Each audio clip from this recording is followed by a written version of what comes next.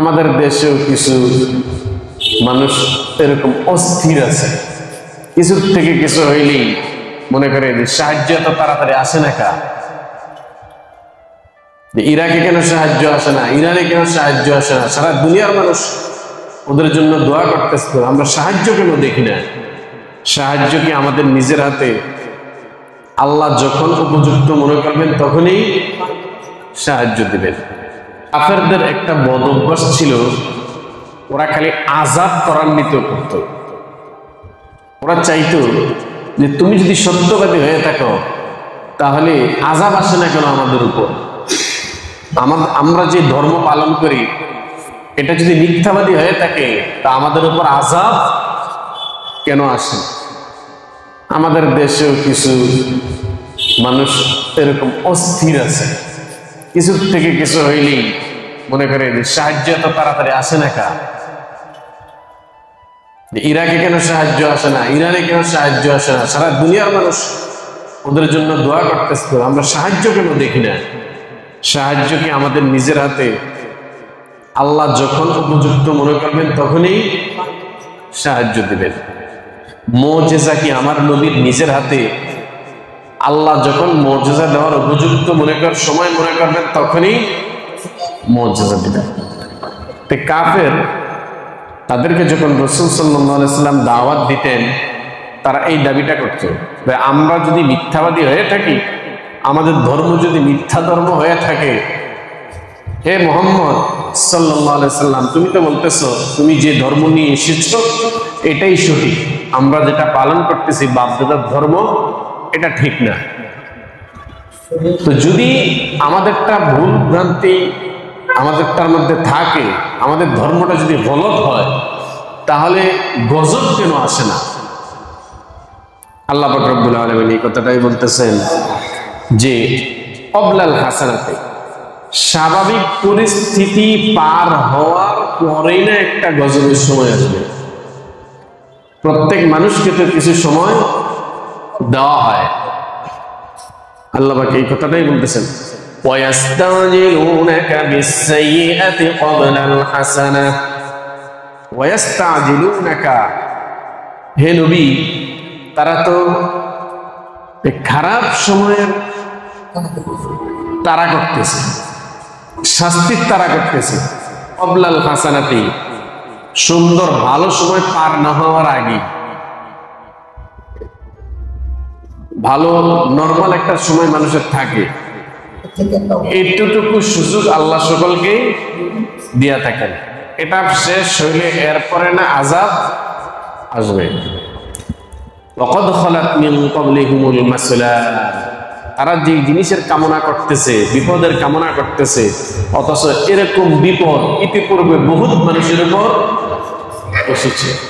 সব নবীর বেলায় এই ঘটনা ঘটছে। মানুষকে দিনের দাওয়াত দিয়েছেন, মানুষ যারা দিনের পথে আসে নাই, শিরকের উপর প্রতিষ্ঠিত ছিল, শেষ পর্যন্ত আল্লাহ তাদেরকে আযাব গজব দিয়ে ধ্বংস করছেন। আল্লাহ বলেন, ওয়াকাদ খালাত মিন ক্বাবলিহিমুল মাসলাত, ইতিপূর্বে বহু রকমের আযাব পূর্ববর্তীদের উপর যে গত হয়েছে এর দৃষ্টান্তের অভাব নেই।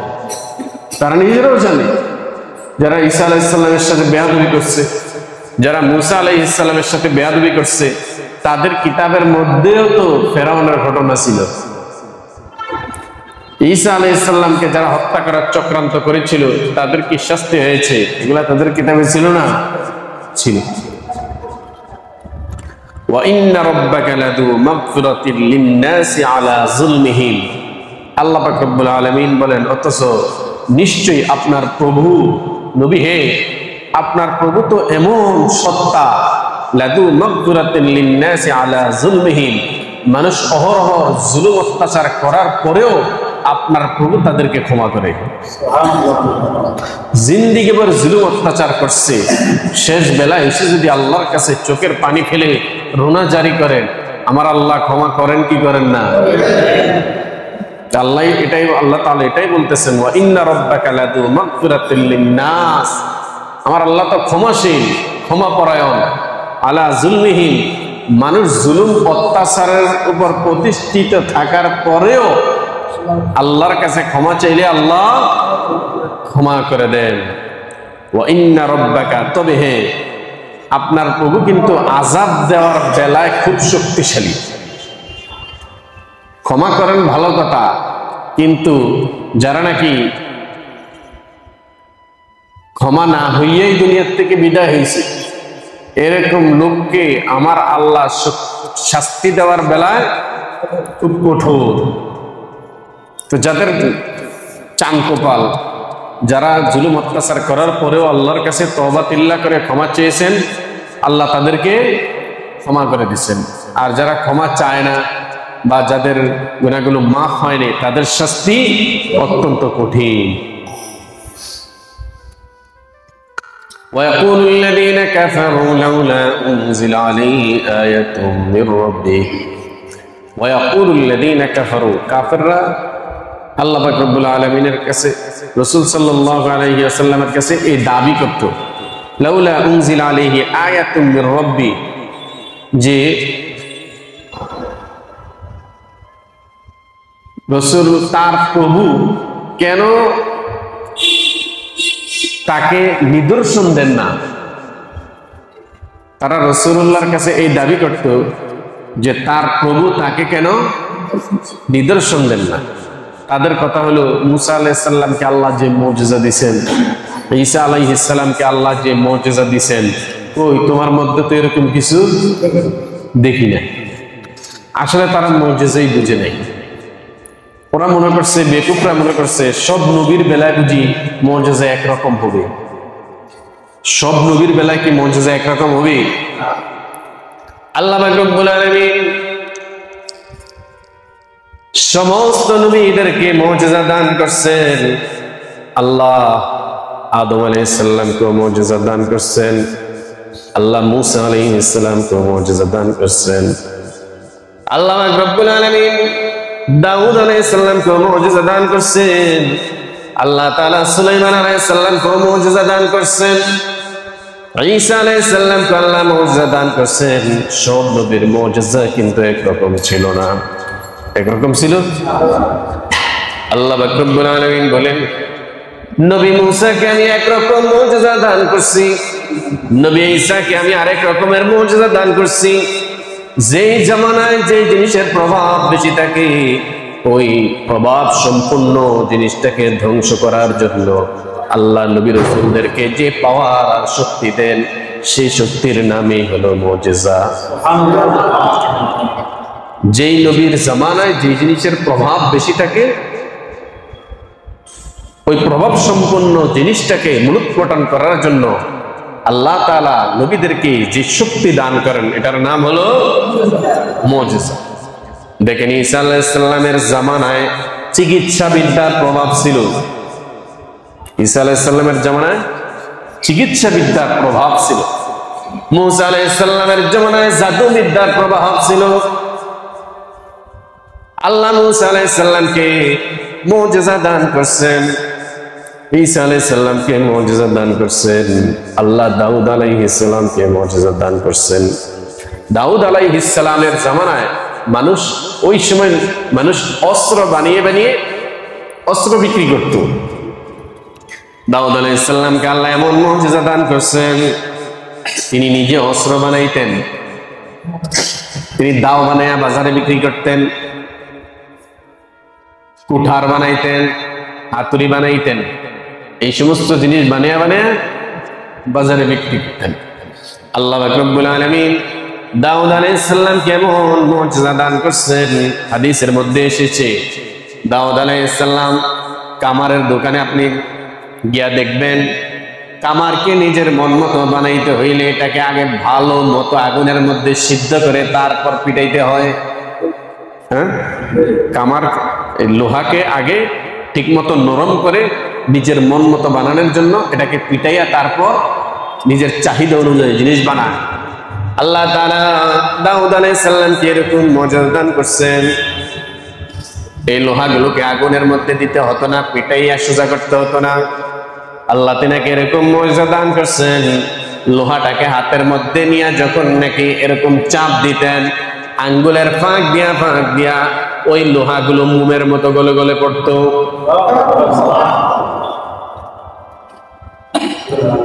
মুসা আলাইহিস সালামকে আল্লাহ এরকম মর্যাদা দান করছেন, তিনার জামানায় ছিল জাদুবিদ্যার প্রভাব, সমাজের মধ্যে লক্ষ লক্ষ জাদুকর ছিল, আল্লাহ এরকম মর্যাদা দান করছেন। আল্লাহ পাক রব্বুল আলামিন বলেন, নবী মুসা তোমার কাছে যে একটা লাঠি আছে এটা কি জিনিস জানো? ওয়ামা তিলকা বিয়ামিনিকা ইয়া মুসা, এ মুসা, মা তিলকা বিয়ামিনিকা ইয়া মুসা, তোমার হাতের মধ্যে যে লাঠি, তোমার হাতে এটা কি? ক্বালা হিয়া আসাই, মুসা আলাইহিস সালাম বলেন, আল্লাহ এটা তো একটা লাঠি। মুসা আলাইহিস সালাম লাঠি জানতেন, এই জন্য বলছেন লাঠি। বলে এটা দিয়ে কি করো? মুসা আলাইহিস সালাম বলেন, আতাওয়াক্কাউ আলাইহা ওয়া আহুশু বিহা আলা গনামি ওয়া লিয়া ফিহা মাআরিব উখরা। আল্লাহ এই লাঠি দিয়ে আমি আতাওয়াক্কাউ আলাইহা, চলতে চলতে আমি যখন ক্লান্ত হয়ে যাই, লাঠির উপর ভর দিয়া আমি আরাম করি। আতাওয়াক্কাউ আলাইহা ওয়া আহুশু বিহা আলা গনামি, এবং এই লাঠি দিয়ে আমি মান্দার গাছ, তারপরে কাফিলা গাছ, বিভিন্ন গাছের পাতা পেড়ে বকরিকে খাওয়াই। ওয়ালিয়া ফিহা মাআরিব উখরা, এবং আরো বহু কাজ করি, যখন যেটা প্রয়োজন হয়। আল্লাহ পাক রব্বুল আলামিন বলেন, নবী মুসা রে, এই লাঠির আরেকটা কাজ আছে, সেটা তুমি জানো না? হে নবী মুসা, লাঠিটা জমিনের মধ্যে ছেড়ে দাও। মুসা আলাইহিস সালাম লাঠিটা জমিনের মধ্যে ছেড়ে দিয়েছেন। ক্বালা হিয়া হাইয়াতুন তাসআ, এটা একটা জীবন্ত সাপ হয়ে গেল। তো ফেরাউনের এই যে যত সাপ ছিল জাদুকরদের, সব সাপগুলোকে মুসা আলাইহিস সালামের লাঠি মার্কা সাপ একেবারে খেয়ে ফেলল। তো ফেরাউনের জাদুকরদের এই জাদুবিদ্যার প্রভাব মুসা আলাইহিস সালামের ওই লাঠি মার্কা জাদুয়ে সব শেষ করে গেছে। এটা ছিল মুজিজা, তাদেরটা ছিল জাদু, মুসা আলাইহিস সালামেরটা ছিল মুজিজা। ঈসা আলাইহিস সালামকে আল্লাহ কি মুজিজা দান করেছেন তাও কোরআন হাদিসের মধ্যে আছে। ঈসা আলাইহিস সালাম যখন জমিনের মধ্যে আসলেন, তখন ছিল চিকিৎসা বিদ্যার প্রভাব, মানুষ চিকিৎসা নিয়ে গবেষণা করত। আল্লাহ পাক রব্বুল আলামিন নবী ঈসা আলাইহিস সালামকে এরকম মুজিজা দান করেছেন। হাদিস শরীফের মধ্যে আছে, ঈসা আলাইহিস সালাম কোন জন্মান্ধর চোখের মধ্যে যদি হাত বুলাইতেন, সাথে সাথে চক্ষুষ্মান হয়ে যেত। কোন মৃত ব্যক্তিকে ঈসা আলাইহিস সালাম যদি আল্লাহর নাম নিয়ে বলতেন কুম বিইজনিল্লাহ, সাথে সাথে মুর্দার লাভ দেওয়া দাঁড়ায় যেত। এত বড় চিকিৎসক কেউ আছে যে অন্ধকে, জন্মান্ধকে চক্ষুষ্মান বানাইতে পারবে, মুর্দারকে জীবিত করতে পারবে? তো আল্লাহ যেই যুগে যে জিনিসের প্রভাব বেশি থাকে, ওই প্রভাব সম্পূর্ণ জিনিসটাকে দুর্বল করে দেওয়ার জন্য আল্লাহ নবীদেরকে ওই মানের মুজিজা ছিলেন। তা আমার নবীর জামানায় তো চিকিৎসা বিদ্যার প্রভাব ছিল না, জাদুবিদ্যার প্রভাব ছিল না, ওই সময়টা ছিল সাহিত্যবিদ্যার প্রভাব। ঘরে ঘরে মানুষ সাহিত্যের চর্চা করত। বাইতুল্লাহর গিলাফের মধ্যে, বাইতুল্লাহর মধ্যে তারা কবিতা রচনা করে করে বাইতুল্লাহর গিলাফের মধ্যে তারা টাঙ্গাইয়া দিত, আটকাইয়া দিত, বলতো যে ফাতু বিসূরা, আমারটার মতো দিকে আরেকটা বানাও। আল্লাহ পাক রব্বুল আলামিন আখরি পয়গম্বরের উপর এরকম কিতাব নাজিল করলেন, সর্বকালের সর্বশ্রেষ্ঠ কিতাব, যে কিতাব নাজিল হওয়ার পর আমার আল্লাহ তামাম দুনিয়ার সব মানুষদেরকে চ্যালেঞ্জ ঘোষণা করলেন, وَإِن كُنتُمْ فِي رَيْبٍ مِّمَّا نَزَّلْنَا عَلَى عَبْدِنَا فَأْتُوا بِسُورَةٍ مِّن مِّثْلِهِ। ও মানুষ, এই কোরআনের উপর, এই কোরআন যে আল্লাহর কিতাব, এই কিতাবের উপর যদি তোমাদের কোন রকমের সন্দেহ হয়, তাহলে কোরআনুল কারীমের ছোট্ট দেখে ছোট্ট একটি আয়াত বানিয়ে আনো। এই চ্যালেঞ্জ 1400 বছর আগের যে চ্যালেঞ্জ আল্লাহ পাক রব্বুল আলামিন দিয়েছেন, এটা শুধু ওই জমানার জন্য নয়, কিয়ামত পর্যন্ত যত মানুষ জমিনের মধ্যে আসবে সমস্ত মানুষ, সমস্ত জিন্নাত, সব মাখলুকাতের জন্য আল্লাহ চ্যালেঞ্জ দিয়েছেন, পারলে কোরআনুল কারীমের মতো ছোট্ট থেকে ছোট্ট একটি আয়াত বানিয়ে আনো। জীবনে পারবে? পারবে না। তো রাসূলুল্লাহকে আল্লাহ অনেক রকমের মুজিজা দান করছেন, কিন্তু সর্বশ্রেষ্ঠ মুজিজা হলো আল্লাহর কালাম। আনপড়, অশিক্ষিত আমার নবী লেখাপড়া কাগজে কলমে কেউ থেকে শিখেন নাই, কিন্তু আল্লাহর পরে সবচেয়ে বড় জ্ঞানী, আল্লাহর পরে সবচেয়ে বড় জ্ঞানী। দ্বিতীয়ত দেখেন, বুইস্তু ফিক মুআল্লিমান, রাসূলুল্লাহ বলেন আমাকে তোমাদের নিকট পাঠানো হয়েছে ওস্তাদ হিসেবে। দেখেন, যিনি দুনিয়াতে আসছেন কি হইয়া? ওস্তাদ হইয়া, সাহাবায়ে কেরামের ওস্তাদ, মানব জাতির ওস্তাদ। অথচ তিনি লেখাপড়া কেউ থেকে শিখেন নাই। তিনি শিখছেন জিবরাইল আলাইহিস সালামের থেকে, জিবরাইল আলাইহিস সালাম শিখছেন আল্লাহ থেকে। জিবরাইল আলাইহিস সালাম এনে এনে রাসূলুল্লাহকে বলে দিতেন। তো সেই জামানায় আল্লাহ তাআলা এরকম কিতাব নাজিল করছেন। হায় হায়, এই ছেলেটা তো লেখাপড়া কিছুই জানে না, কিন্তু ওর মুখ দিয়ে এরকম কথা বের হচ্ছে যেগুলা নকল করার সাধ্য কারো।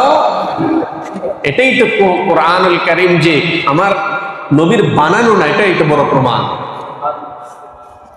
যে এই ছেলেটা তো পড়ালেখা জানে না, কিন্তু সে এরকম কথা বলতেছে, এরকম আয়াত তেলাওয়াত করতেছে যেগুলো কোনো মানুষের পক্ষে বানানো সম্ভব নয়।